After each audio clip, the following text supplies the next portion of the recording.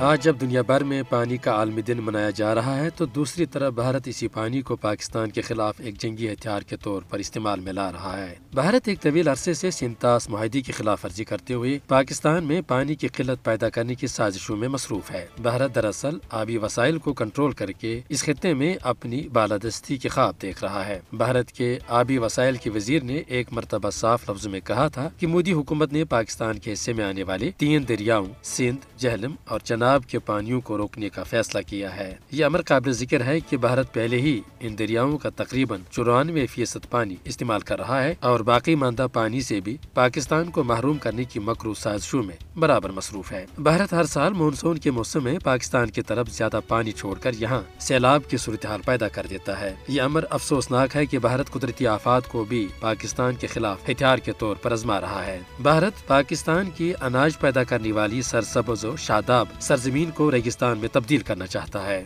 ماہرین نے پہلے ہی خبردار کیا ہے کہ سینتاس معاہدے کی خلاف ورزی کرتے ہوئے بھارت جس طرح پاکستان کے حصے میں آنے والے دریاؤں پر ڈیم بنا رہا ہے، اس سے آج پاکستان آبی قلت کے دہانے پر کھڑا ہے۔ پاکستان کو مکمل طور پر پانی سے محروم کرنے کی ہندو انتہا پسندوں کی پالیسی انتہائی تشویشناک ہے۔ پاکستان دشمنی میں پانی سے متعلق تمام بین الاقوامی معاہدوں کو توڑنا مودی سرکار کی قومی پالیسی ہے۔ عالمی برادری کو پاکستان کے خلاف مودی سرکار کی اس آبی دہشت گردی کا ہر حال میں نوٹس لینا چاہیے۔